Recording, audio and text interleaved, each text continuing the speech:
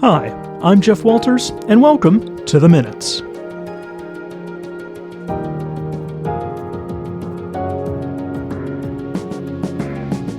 And thanks for listening today. It's great to have you along on The Minutes for the week of August the 12th, 2024. This is a City of Thunder Bay podcast. The Minutes takes a look at what happened at Thunder Bay City Council this past week. You can find The Minutes wherever you get your podcasts, including our YouTube channel and our website, thunderbay.ca/The Minutes. If you want to keep your finger on the pulse of what's happening at City Hall, just hit that subscribe button. On this episode, we'll have a rundown of what happened at this week's City Council meeting and an interview with Rilee Willianen, a policy analyst with the city. She will speak about guidelines involving encampments, which were presented to City Council this week. But first, City Council agreed to renew its U-Pass agreement for Lakehead University students to use Thunder Bay Transit for another year. The pass has been in place for 16 years, with the student union buying transit passes in bulk. Approximately 4,000 students were part of the program over the past year. In a report from administration, the student union has noted opt-out terms for students are important, including for those who do not live in transit-serviced areas. This is one of the reasons why the next agreement will be only for 1 year, so administration and the student union can continue discussions. A transit pass for a student will cost just over $250 for the next school year. This is the same rate paid by students at Confederation College. The U-Pass agreement brings in more than $1 million in revenue for the city. City Council agreed to recommendations from administration to keep encampment guidelines as they were first proposed. In late June, Council was presented with distance guidelines, suggesting how far encampments should be from specific areas or structures. The guidelines include specific distances from sports fields, roads, trails, private property, bridges, and waterways. At that time, Council requested that administration look at doubling the distance for encampments from trails, sidewalks, bridges, or pedestrian access points. Administration says the current guidelines address most of the concerns that have been raised by the public. We'll hear more about the guidelines and how the city is working to address encampment issues when Rilee Willianen joins me here in the Minutes studio. Council awarded a contract worth $1.2 million to Bay City contractors to separate storm and sanitary sewer lines. Originally, administration estimated the work would cost just over $850,000. The work includes adding storm sewers on Christina Street East, McIntyre Street, and in a laneway near Banning Street and Cornwall Avenue. That also includes the replacement of a retaining wall. Additional work includes disconnecting catch basins, replacing sidewalks, and resurfacing the road on Meek Street, Front Street, Prospect Avenue, and Bay Street. A sinkhole will also be fixed on John Street as part of the contract. Separating storm sewers means that stormwater from roadways is diverted to waterways after a rainfall and is not sent to the Water Pollution Control Plant or sewage plant on Atlantic Avenue. The city has been working to separate storm sewers over a number of years from sanitary sewers. Council approved 2 advocacy items on Monday night. Normally, these 2 items would be sent to the Intergovernmental Affairs Committee, who would then make a recommendation to Council. However, due to the committee not meeting in the summer, the items went directly to Council and were also ratified on Monday night. One item is time-sensitive, as it is needed to be ready for the Association of Municipalities of Ontario Conference, which is next week. This is the endorsement of position papers by the District Social Services Board of Thunder Bay, and it regards housing, modernizing of social assistance, and landlord-tenant board hearing timelines. The other advocacy item is for the city to advocate to the province to make sure the Ontario Immigrant Nominee Program continues, which allows 3,000 nominee spots to Northern Ontario. The program could help alleviate some of the pressures felt by employers throughout the North. One labour market study, cited in a memo to Council, notes that 100,000 newcomers may be needed across the North by 2041 to sustain the current population.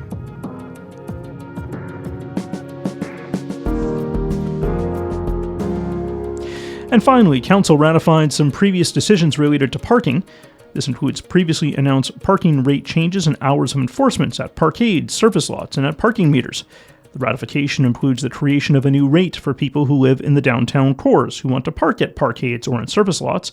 It also includes the creation of a construction zone parking exemption area, which, when enacted, will allow for free 2-hour parking in specific areas. The creation of the free 2-hour parking zone can be made by the city manager or a member of city administration. The first 2-hour free zone will be available at metered spaces on Cumberland Street, Park Avenue, Red River Road, Cook Street, St. Paul Street, and Court Street. The idea is to make it more attractive for customers to visit businesses in the North Core, which is currently undergoing construction work.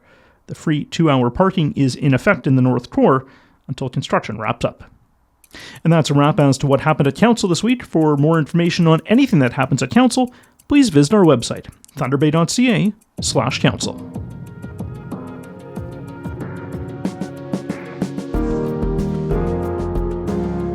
There's lots of talk about encampments in Thunder Bay and right across Canada. It continues to be a hot topic, no matter where you live.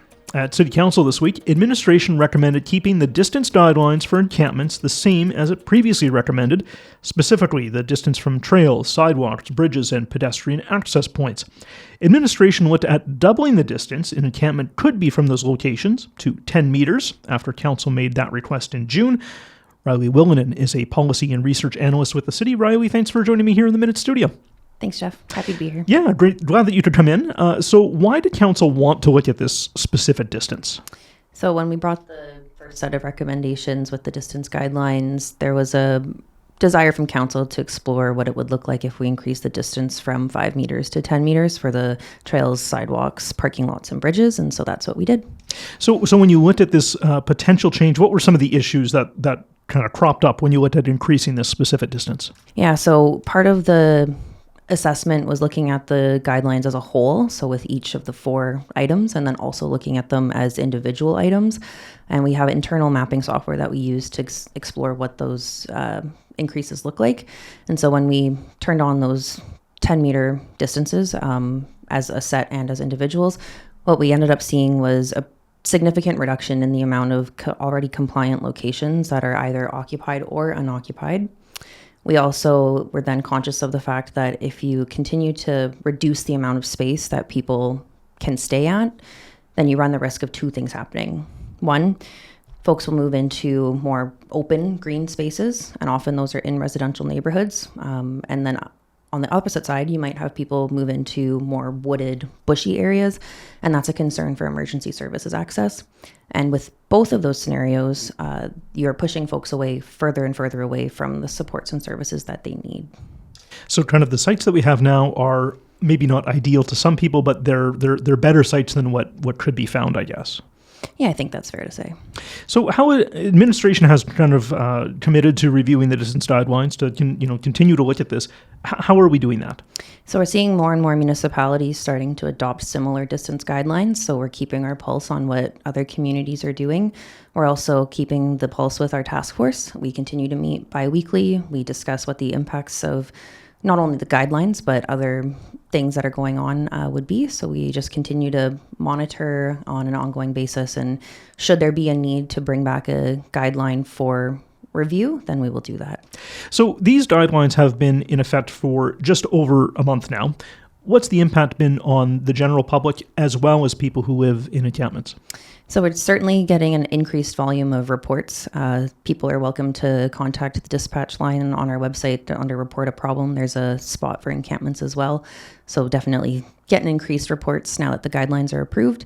And with encampment residents, we continue to work with our community partners to support relocations when necessary. So I guess the goal isn't to keep people in encampments, it's to help them move on. Yeah, absolutely. And when you say that you're hearing more, complaints coming into the dispatch line or more reports coming into the dispatch line, what are people talking about there?